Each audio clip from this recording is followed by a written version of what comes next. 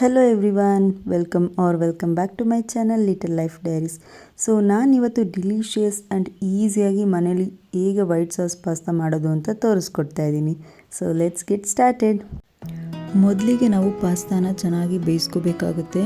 ಇಲ್ಲಿ ನಾನು ಒಂದು ಬೌಲಿಗೆ ನೀರು ಹಾಕ್ಕೊಂಡು ಅದಕ್ಕೆ ಒಂದು 100 ಗ್ರಾಮಷ್ಟು ಪಾಸ್ತಾನ ತೊಗೊಂಡಿದ್ದೀನಿ. ಸೊ ಅದು ಮುಳುಗೋ ಅಷ್ಟು ನೀರು ಹಾಕ್ಕೊಂಡು ಚೆನ್ನಾಗಿ ಬೇಯಿಸ್ಕೋಬೇಕಾಗುತ್ತೆ. ಒಂದು 10 to 15 ಮಿನಿಟ್ಸ್ ಬೇಯಿಸ್ಕೊಂಡ್ರೆ ಸಾಕಾಗುತ್ತೆ.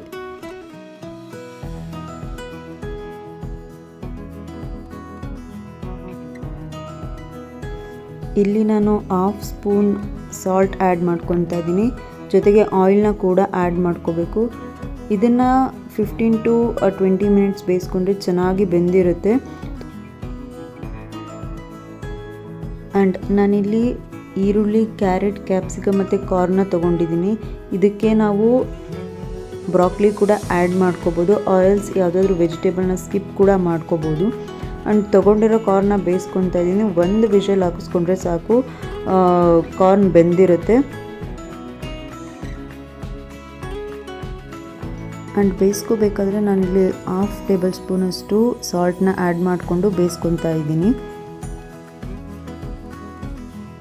ಪ್ಯಾರ್ಲಲ್ಲಿ ನಾನು ತೊಗೊಂಡಿರೋ ತರಕಾರಿಗಳನ್ನೆಲ್ಲ ಕಟ್ ಮಾಡ್ಕೊತಾ ಇದ್ದೀನಿ. ಸ್ವಲ್ಪ ದೊಡ್ಡದಾಗಿ ಕಟ್ ಮಾಡ್ಕೋಬೇಕಾಗುತ್ತೆ. ಈ ಗ್ರೇವಿಗೆಲ್ಲ ಹಾಕ್ತಾರಲ್ಲ ಅಷ್ಟು ಸೈಜಲ್ಲಿ ಕಟ್ ಮಾಡಿಕೊಂಡ್ರೆ ಸಾಕಾಗುತ್ತೆ. ಮತ್ತು ಕ್ಯಾರೆಟ್ನು ಕೂಡ ಅಷ್ಟೇ ನಾನು ಸಣ್ಣಕ್ಕೆ ಉದ್ದದಕ್ಕೆ ಚಾಪ್ ಮಾಡ್ಕೊಂಡಿದ್ದೀನಿ.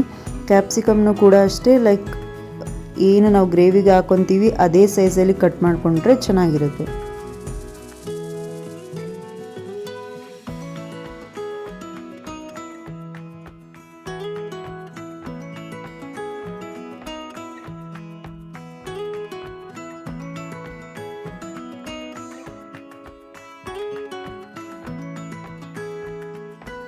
ಸೊ ಇಲ್ಲಿ ನೋಡ್ತಾ ಇರ್ಬೋದು, ಪಾಸ್ತಾ ಕರೆಕ್ಟಾಗಿ ಕುಕ್ ಆಗಿದೆ. ಸೊ ಇಷ್ಟು ಏನು ನೀವು ನೋಡ್ತಾ ಇದ್ದೀರಲ್ಲ, ಇಷ್ಟು ಕುಕ್ ಆಗಿದ್ರೆ ಸಾಕು. ಆಲ್ಮೋಸ್ಟ್ ಸೈಜ್ ಡಬಲ್ ಆಗಿರುತ್ತೆ. ಜೊತೆಗೆ ಕಾರ್ನ್ ಕೂಡ ಬೇಯಿಸ್ಕೊಂಡಿದ್ನಲ್ಲ ಅದು ಕೂಡ ಬೆಂದಿದೆ.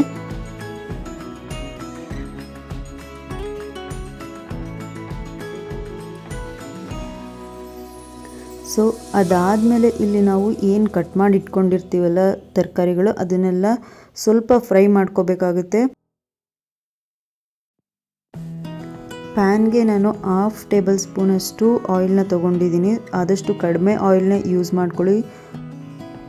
ಅದಕ್ಕೆ ನಾನು ಕಟ್ ಮಾಡಿ ಇಟ್ಕೊಂಡಿರೋಂಥ ಆನಿಯನ್ನು, ಕ್ಯಾರೆಟ್ ಮತ್ತು ಕ್ಯಾಪ್ಸಿಕಮ್ನ ಆ್ಯಡ್ ಮಾಡ್ಕೊತಾ ಇದ್ದೀನಿ. ಇದನ್ನು ಒಂದು 5 ಮಿನಿಟ್ಸ್ ಚೆನ್ನಾಗಿ ಫ್ರೈ ಮಾಡಿಕೊಂಡ್ರೆ ಸಾಕು. ತುಂಬ ಹೊತ್ತು ಅದು ಚೆನ್ನಾಗಿ ಮೆತ್ತಗಾಗಂಗೆ ಬೇಯಿಸಬೇಕು ಅಂತ ಏನಿಲ್ಲ. ಒಂದು ಜಸ್ಟ್ 5 ಮಿನಿಟ್ಸ್ ರೋಸ್ಟ್ ಆಗಿದ್ರೆ ಸಾಕಾಗುತ್ತೆ. ಸೊ ರೋಸ್ಟ್ ಮಾಡ್ಕೋಬೇಕಾದ್ರೆ ನಾನಿಲ್ಲಿ 1/2 ಟೇಬಲ್ ಸ್ಪೂನಷ್ಟು ಸಾಲ್ಟನ್ನ ಆ್ಯಡ್ ಮಾಡ್ಕೊತಾ ಇದ್ದೀನಿ.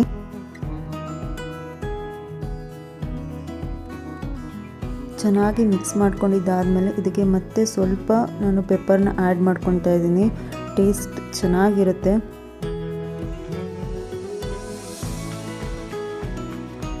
ಸೊ ತರಕಾರಿಗಳನ್ನೆಲ್ಲ ಚೆನ್ನಾಗಿ ರೋಸ್ಟ್ ಮಾಡಿದ್ದಾದಮೇಲೆ ನಾನು ಅದನ್ನು ಎತ್ತಿಟ್ಕೊತಾ ಇದ್ದೀನಿ.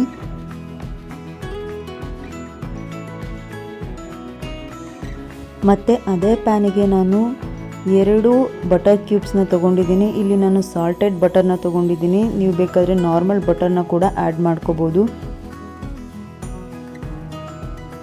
ಬಟರ್ ಮೆಲ್ಟ್ ಆದಮೇಲೆ ಅದಕ್ಕೆ ನಾನು 1 ಟೇಬಲ್ ಸ್ಪೂನಷ್ಟು ಮೈದಾನ ಹಾಕ್ಕೊತಾ ಇದ್ದೀನಿ. ಸೊ ಬಟರ್ ಮತ್ತು ಮೈದಾ ಎರಡನ್ನೂ ಚೆನ್ನಾಗಿ ಮಿಕ್ಸ್ ಮಾಡ್ಕೋಬೇಕು. ಅದಾದಮೇಲೆ ಇದಕ್ಕೆ ನಾನು ಮಿಲ್ಕ್ ಆ್ಯಡ್ ಮಾಡ್ಕೊತಾ ಇದ್ದೀನಿ.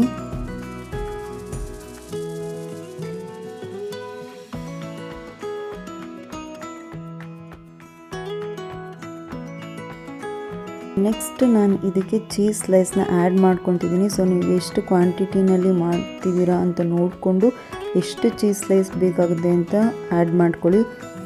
ಇಲ್ಲಿ ನಾನು 3 ಚೀಸ್ ಸ್ಲೈಸ್ನ ಆ್ಯಡ್ ಮಾಡ್ಕೊಂಡಿದ್ದೀನಿ.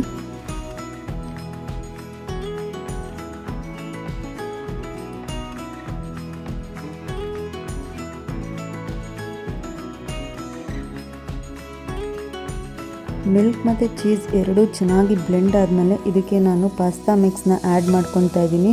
ಆರೆಲ್ಸ್ ನಾವು ಸಪ್ರೇಟಾಗಿ ಚಿಲ್ಲಿ ಫ್ಲೇಕ್ಸ್ ಮತ್ತು ಆರಿಗಾನೋನ ಆ್ಯಡ್ ಮಾಡ್ಕೋಬೋದು. ಬಟ್ ಪಾಸ್ತಾ ಮಿಕ್ಸಲ್ಲಿ ಎಲ್ಲದನ್ನು ಇನ್ಕ್ಲೂಡ್ ಮಾಡಿರ್ತಾರೆ, ಹಾಗಾಗಿ ಇದನ್ನು 1/2 ಟೇಬಲ್ ಸ್ಪೂನಷ್ಟು ನಾನು ಆ್ಯಡ್ ಮಾಡ್ಕೊತಾ ಇದ್ದೀನಿ.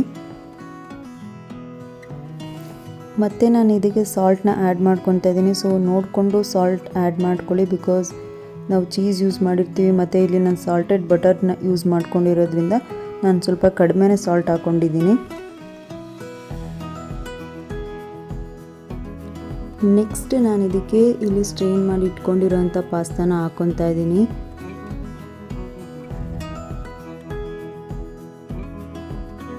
ಮತ್ತು ಇದಕ್ಕೆ ರೋಸ್ಟ್ ಮಾಡಿ ಇಟ್ಕೊಂಡಿರೋಂಥ ವೆಜಿಟೇಬಲ್ಸ್ನ ಕೂಡ ಆ್ಯಡ್ ಮಾಡ್ಕೊತಾ ಇದ್ದೀನಿ. ಎಲ್ಲದನ್ನು ಚೆನ್ನಾಗಿ ಮಿಕ್ಸ್ ಮಾಡ್ಕೋಬೇಕು.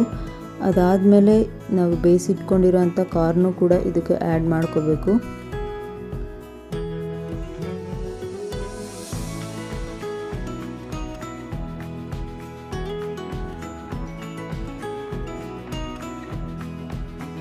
ಇದನ್ನು ತುಂಬ ಹೊತ್ತು ಬೇಯಿಸೋದೇನು ಬೇಡ, ಜಸ್ಟ್ 2 to 3 ಮಿನಿಟ್ಸ್ ಬೇಯಿಸ್ಕೊಂಡ್ರೆ ಸಾಕು. ಬಿಕಾಸ್ ಆಲ್ರೆಡಿ ನಾವು ಪಾಸ್ತಾ ಮತ್ತು ಎಲ್ಲ ವೆಜಿಟೇಬಲ್ಸ್ನೂ ಕೂಡ ಬೇಯಿಸ್ಕೊಂಡಿರ್ತೀವಿ.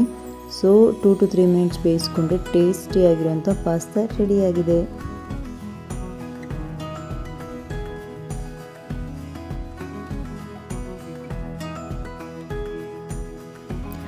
ಈ ವಿಡಿಯೋ ನಿಮಗೆ ಇಷ್ಟ ಆಗಿದ್ದರೆ ಪ್ಲೀಸ್ ಲೈಕ್ ಮಾಡಿ, ಶೇರ್ ಮಾಡಿ ಆ್ಯಂಡ್ ಕಮೆಂಟ್ ಮಾಡಿ. ಇನ್ನು ಯಾರು ನನ್ನ ಚಾನಲ್ಗೆ ಸಬ್ಸ್ಕ್ರೈಬ್ ಮಾಡ್ಕೊಂಡಿಲ್ಲ ಈಗಲೇ ಸಬ್ಸ್ಕ್ರೈಬ್ ಮಾಡ್ಕೊಳ್ಳಿ. Thank you for watching.